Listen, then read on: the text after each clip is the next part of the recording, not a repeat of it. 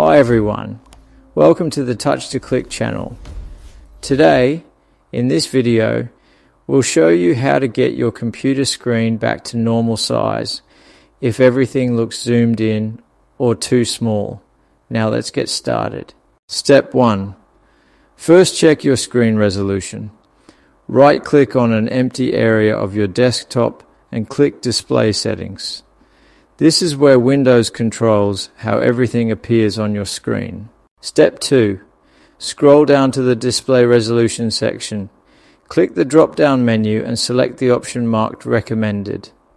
This is the normal resolution for your monitor and will usually fix sizing issues instantly.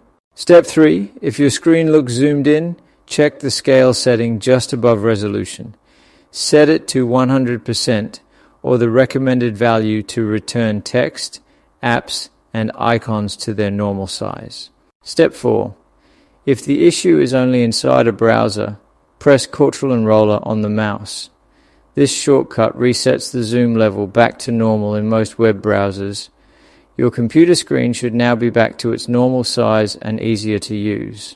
Thanks for watching, and don't forget to subscribe to Touch to Click for more helpful tech tutorials.